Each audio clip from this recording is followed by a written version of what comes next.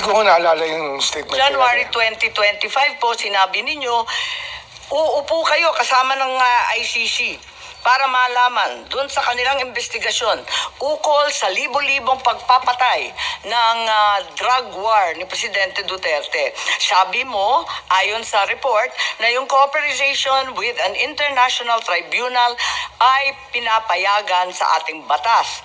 At yung ICC representatives have been going in and out of the country without any of us raising anything. January 2025 po.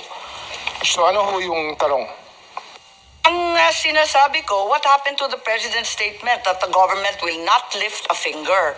And what happens to your own assertion that there will be no blocking but no cooperation? Ngayon, nakikipagtungo na tayo sa ICC. Hindi, yun po yung sinasabi natin nagiging bukas ang ating isipan, ngunit hindi po natin ginawa. Hindi po tayo nakiupo, hindi tayo nakipag-usap. Yun po yung malinaw sa lahat.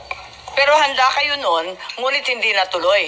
Ganun po ba? Marahil ho, kung meron hong tutulay, pero wala naman hong tumuloy eh. Kaya wala hong nangyari. Pero meron rin kayong sinabi that the ICC representatives as of January 2025 have been going in and out. Labas-pasok sila sa ating bansa. Hinahayaan lang natin.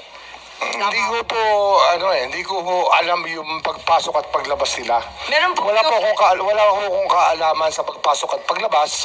Marahil, sa kanilang pag-iimbestiga, labas-pasok sila rito. Ngunit wala akong nagsasabi sa akin na ICC po yung labas-pasok dito. Wala pong akong report sa immigration. Wala po akong report sa ating pong... Kayo po nagsabi, kaya ako naalaman na may ICC representatives na labas-pasok dito sa ating bansa na hindi tayo umaalma, hindi tayo nagre-reklamo. Yun na ang pagkasabi po ninyo eh. Sabi nga namin dati pa, kung wala ho silang nilalabag na batas, ay malaya po silang maglabas-pasok sa ating bansa. Katulad po ng kahit sino pang turista o sino pong nais bumisita sa ating bansa. Iba po yung pakay ng turista, iba naman yata ang pakay ng kinatawan ng ICC. So, nag-iba na talaga. Sa bandang January ng 2025, hinayaan na natin sila na lumabas-pasok dito sa ating bansa. Ganun po ba? Hindi po wala tayong hinahayaan, hindi lang ho tayo nagtatarong kung hindi natin tinatarong ang lahat ng labas-pasok dito kung sila po ay ICC. Pero kasi nga, sa dami po ng labas-pasok sa atin, hindi po natin tinatanong.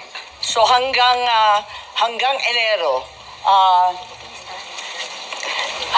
Enero nitong taon talagang maliwanag na